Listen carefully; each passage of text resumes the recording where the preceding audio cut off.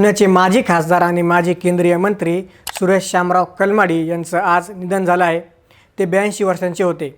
आज एक अशा युगाचा अंत झाला आहे ज्याच्या ओळखीचे दोन पूर्णपणे विरोधी पैलू आहेत। एका बाजूला त्यांना पुण्याचा शिल्पकार मानणारा, पुण्यात आंतरराष्ट्रीय इव्हेंट्स आणणारा आणि पुण्याच्या विकासाचा पायलट म्हणून मानणारा एक मोठा वर्ग आहे, तर दुसऱ्या बाजूला 2010च्या कॉमनवेल्थ गेम्सच्या घोटाळ्याचा चेहरा, हजारो कोटींच्या भ्रष्टाचाराचे गंभीर आरोप लागलेला आणि ज्यांना आपल्या कारकिर्दीच्या शेवटी जेलमध्ये जावं लागलं असा एक वादग्रस्त नेता म्हणूनही जग त्यांना ओळखतं। पण खरोखर सुरेश कलमाडी कोण होते? एक एअरफोर्सचा फायटर पायलट राजकारणात कसा आला?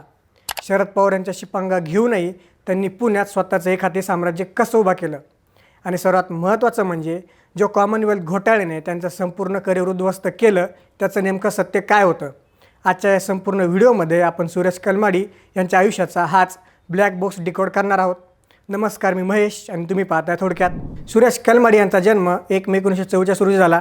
अनेकांना वाटतं की ते मूळचे पुण्याचे आहेत, पण सत्य हे आहे की त्यांचा जन्म कर्नाटकमधील मंगळूर येथे झाला होता। त्यांचे वडील डॉक्टर के शामराव कलमाडी हे व्यवसायाने डॉक्टर होते। घरात उच्च शिक्षित वातावरण होतं, पण सुरेश यांना जास्त ओढ होती ती समाजकारणाची। त्यांचं शालेय शिक्षण पुण्याच्या सेंट विन्सेंट हायस्कूलमधून झालं। इथेच त्यांचं या शहराशी पहिलं नातं जुळलं।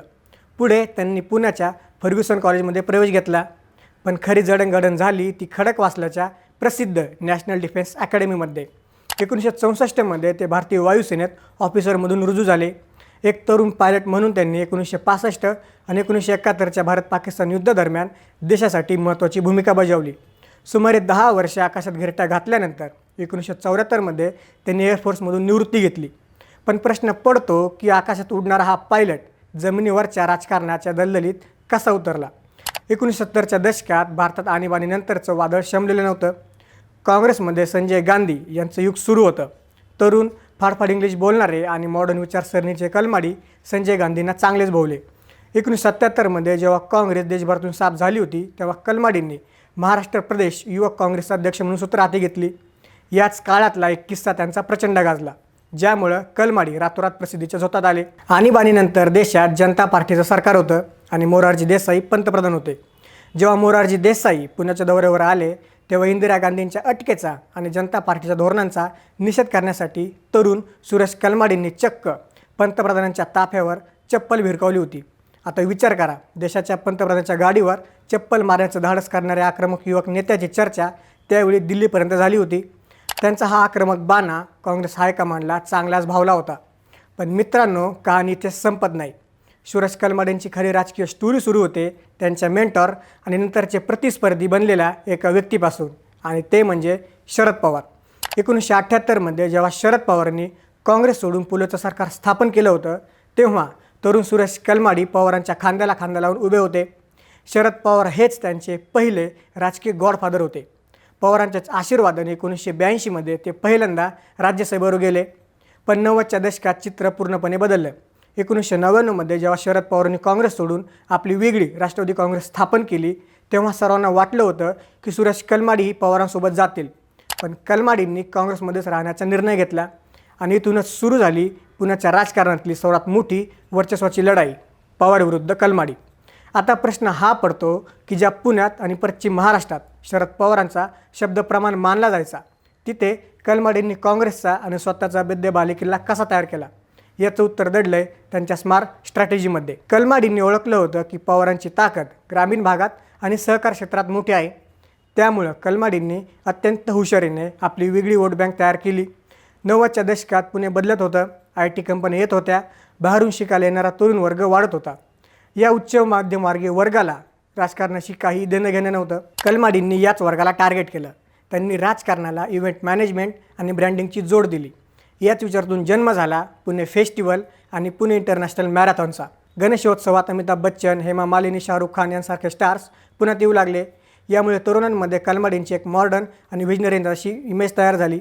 त्यांचा फॉर्म्युला सिंपल होता, विकास कामं करा आणि त्याला ग्लॅमरचा तडका द्या।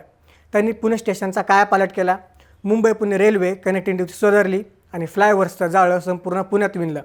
त्यांच्या राजकीय ताकदीचा अंदाज तुम्ही एका गोष्टीवरून लावू शकता।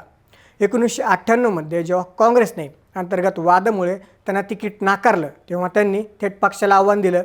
त्यांनी पुणे विकास आघाडी नावाची स्वतंत्र पार्टी काढली आणि चक्क काँग्रेसच्या विरोधात भाजपचा पाठिंबा घेऊन निवडणूक जिंकली. हे शरद पवारांसाठी आणि काँग्रेस हायकमांडसाठी एक मोठं चॅलेंज होतं. त्यांनी सिद्ध केलं होतं की पुण्यात पक्षापेक्षा चेहरा मोठा आहे. 2000 नंतरच्या काळात जेव्हा काँग्रेस आणि राष्ट्रवादीची आघाडी झाली तेव्हा पुण्यात एक विचित्र कोल्ड वॉर सुरू झालं.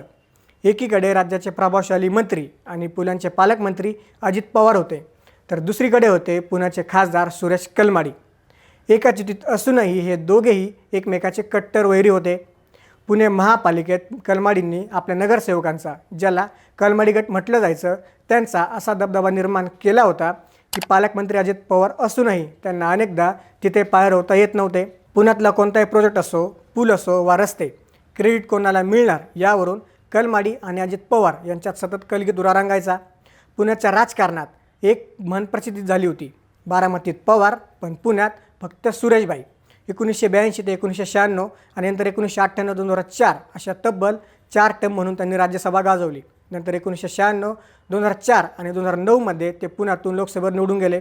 कलमाडीच्या वर्चस्वामुळेच त्यांनी 3 वेळा लोकसभेची आणि 4 वेळा राज्यसभेची निवडणूक जिंकली.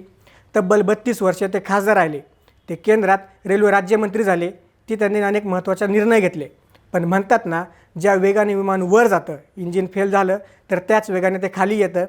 सुरेश कलमाडींच्या आयुष्यात हे इंजिन फेल झालं 2010 साली. कलमाडींचं स्वप्न होतं भारताला ऑलिम्पिक यजमानपद मिळवून देण्याचं. त्याची पहिली पायरी म्हणून त्यांनी 2010मध्ये दिल्ली कॉमनवेल्थ गेम्स आयोजित करण्याची जबाबदारी घेतली. ते इंडियन ऑलिम्पिक असोसिएशनचे अध्यक्ष होते. गेम्स सुरू होण्याआधीच मीडियामध्ये बातम्यांचा मोठा स्फोट झाला. हजारो कोटींचा भ्रष्टाचार झाल्याचे आरोप झाले. साधे टॉयलेट पेपर्स हजारो रुपयांना खरेदी केल्याच्या बातम्या आल्या.